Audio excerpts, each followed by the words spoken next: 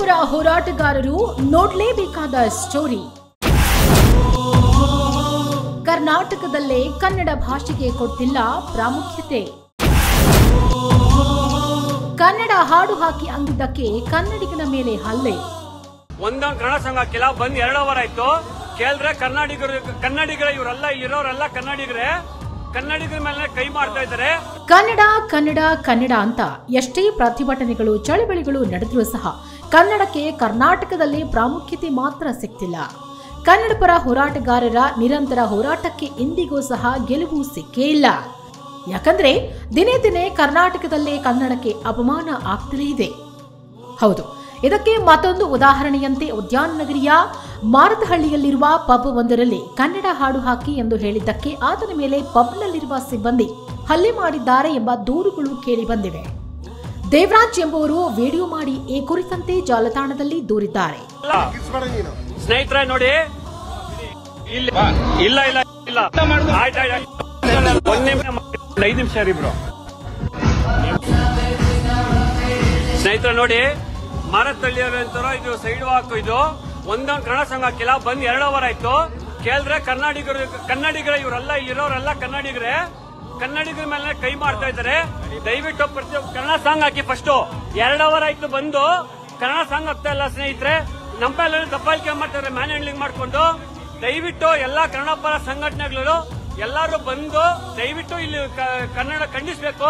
ಮಾರತಹಳ್ಳಿದಲ್ಲಿ ಅತಿ ಹೆಚ್ಚು ಪರಭಾಷಿಕರಾಗಿರೋದ್ರಿಂದ ದಯವಿಟ್ಟು ಎಲ್ಲಾ ಕನ್ನಡಿಗರು ಒಗ್ಗಟ್ಟಾಗಿ ನಾಳೆ ಬೆಳಿಗ್ಗೆ ಎಲ್ಲಾ ಕನ್ನಡ ಸಂಘಟನೆಗಳು ಇಲ್ಲಿ ಬರಬೇಕು ಅಂತ ಕೇಳ್ಕೊಂತ ಇದ್ದೀನಿ.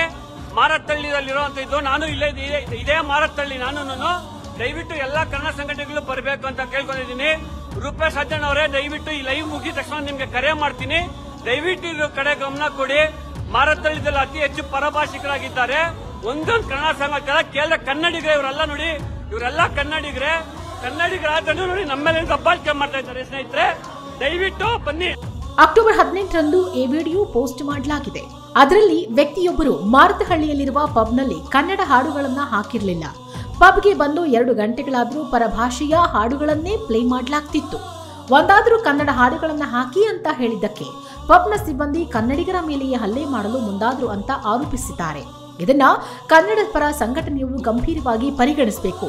ನಾಳೆ ಬೆಳಗ್ಗೆಯೇ ಈ ಪಬ್ನ ಮುಂದೆ ಜಮಾವಣೆಯಾಗಿ ಕನ್ನಡಿಗರಿಗೆ ಮಾಡಿರುವ ಅಪಮಾನವನ್ನ ಪ್ರಶ್ನಿಸಬೇಕು ಅಂತ ಕೇಳಿಕೊಂಡಿದ್ದಾರೆ.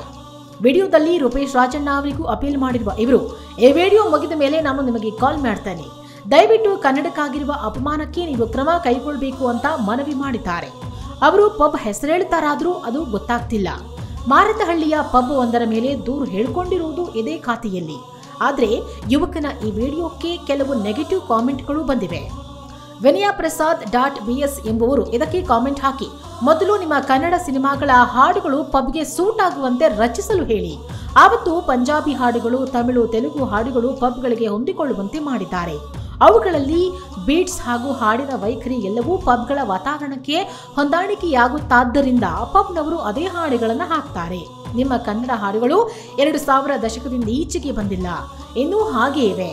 ನೀವು ಅದೇ ಹಾಡುಗಳು ಪಬ್ಗೆ ಬರುವ 20-25 ವಯಸ್ಸಿನ ಯುವಕರು ಕೇಳಬೇಕೆಂದು ಬಯಸ್ತೀರಾ ಅಂತ ಪ್ರಶ್ನಿಸಿದ್ದಾರೆ.